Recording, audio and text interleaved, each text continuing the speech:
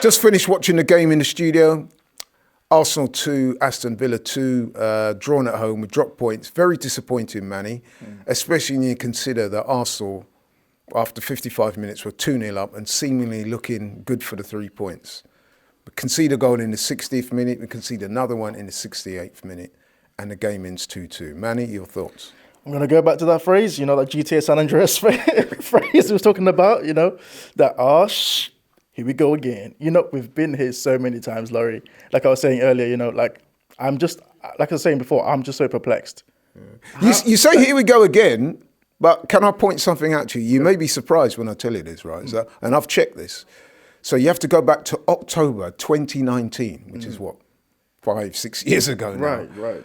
For the last time that Arsenal have been 2-0 up at home, have not gone on to win the game. So something's happened here today, clearly. Very disappointing. Absolutely. And I agree with you, the point you're making there. But what I will say is the circumstances back then were different to what they are now. Now we're actually chasing for league titles. We're challenging, we're competing. Back then we were not getting a sniff of anything. We were nowhere near it.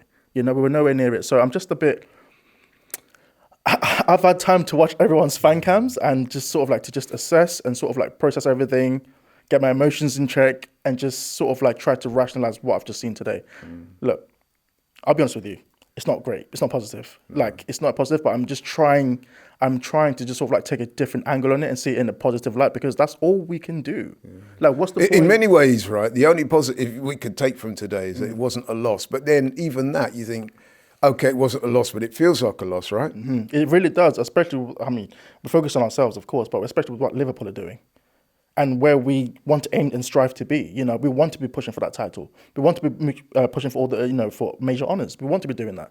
So at this moment in time, it's sort of I understand what the guys are going through in terms of the people that have sort of come here before and just been so angry and upset about things, but we've drawn 2-2. It does feel like a loss, and it feels I don't know. It feels very, very damaging, and it is quite damaging. But when we kind of reassess it properly, we're not out of it. We're not out of the race. We're not. So that's how I'm just trying to come with sort of a calmer head and just use my head more than anything than use emotion about this. So for me, it's a case where it's it's no surprise. It's not a mystery that we have to get reinforcements. Arteta has said this over the past couple of weeks, a week or so. I think he knows that we need reinforcements, especially after. We need it anyway, but especially after today, we just didn't have that, that killer instinct up front in the box. We just don't have that. And funnily enough, it's come from Havertz, who was playing up top, and Martinelli was playing on the right hand side. But we need to have those forwards in that team that we can just sort of rely on and just sort of alleviate the pressure of Havertz, of Martinelli, of a Trossard. Trossard saved our skin in the last game in the North London derby. Come towards the last stages of the game today, they could have won it for us, but just went wide.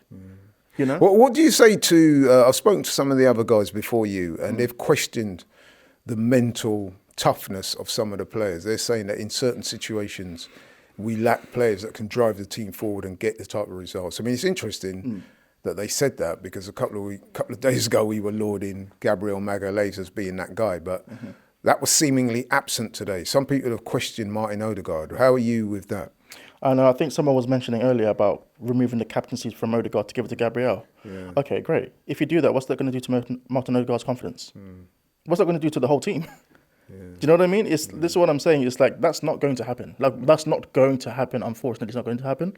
Yeah. And another thing I don't think is going to happen, but again, some of the guys in the studio, and I dare say fans online and across the world, are going to question the manager. What's your take on the manager at the moment? Look, it's no secret. Look, for me, I'm not in the camp of drive him out, get him out of it. No, I'm not in that camp. I'm in the camp of where, listen, Arteta, you've got us from ABC's place, and now you've got us to XYZ. However, there's always a caveat with the however. We need to do something in this window. We can't keep sitting here and saying to ourselves, okay, we did well, we're second again. It's all right, better luck next time. But next season, this, that, and the other. It's not a Netflix club. That's not how it goes. It's just not the way it goes. I stand here and I think to myself, okay, look, Arteta's not going anywhere. He's, I think, the second most highest paid manager in the world. Do you know how many other managers are more experienced than him in this world right now that are still in management? And he's the second highest paid. For me, I know he's not going nowhere, so I'm not going to stand here and say unrealistic things to you. It's no point. It's not going to happen, you know. So for me, what I'll say to him, like, get the reinforcements that you need. And if you can't get them, why? If, you know, once you ask yourself that question, do you have a backup as well? We know that, you know, Trossard was a plan B. You know, we wanted Mudryk, I think. Mikhailo Mudryk, but look how that's turned out. Do you know what I mean? Point. There we go. So he has to sort of like sit down with whoever, you know, he's going to talk to, because obviously Eddie's not there anymore to have that conversation with the director of football. He has to sit down and really reassess what it needs. But we need something now. I'm hearing talks about Zubimendi in the summer. Okay, that's great. I don't care about the summer. I'm here right now. And for me, I haven't given up on this season. I have not given up on this season. Like, what's the point? What's the point? I know, yeah, like I was saying earlier, you know, we're talking about the EFL Cup. We're 2-0 down. We have to go to St. James's to sort of like retrieve at least a 2-0 goal. That's it. Do you know what I mean? In order to like go through to the next stage. But we're here now. We have to do something in this January transfer window. And I'm seeing, like, you know, Raheem Sterling coming off the bench. Listen, is that the past couple cameos? It's been okay. It's been okay, but it's okay, good enough for Arsenal Football Club at this stage, who are pushing for the league, who are still in the I think we're third in the Champions League. We're in a good position. We're in a very good position. We're in a very good position. Who are still in the Champions League, who are still in the EFL Cup. You know, so be it, we're 2-0 down in you know, on the aggregate. But we are here now. We need something now, and then we need to go again and reinforce in the summer as well. Like, it's not even a joke. I'm standing here and I'm thinking to myself, we've never had. I'm just trying to think when we've actually had that killer in the past couple of years. Who is that person that, you know, teams look at and say, you know what, we got Arsenal on the weekend. I don't want to play against that sort of player. Who do we have apart from Saka? Saka's out for you know, for the next couple of months now. So don't even worry about him right now. Who is that player that we have? We look at Liverpool. I don't want to play against Salah. Say what you want against Haaland. You look at Man City. I don't want to play against Haaland. No, but let's call a spade a spade. Let's call a spade a spade. Say what you like about Tottenham. I think Tottenham are. You know what I think about Tottenham, right? They've got Son, who did something, you know, a little something the other day. You know, I'm not saying go get Son. No, that's not what I'm saying to you. But what I'm saying is that we need that person that strikes fear into the opposition camp. We need that person. We need him now, and then we need to go and reinforce again in the summer. We need to do that. It's not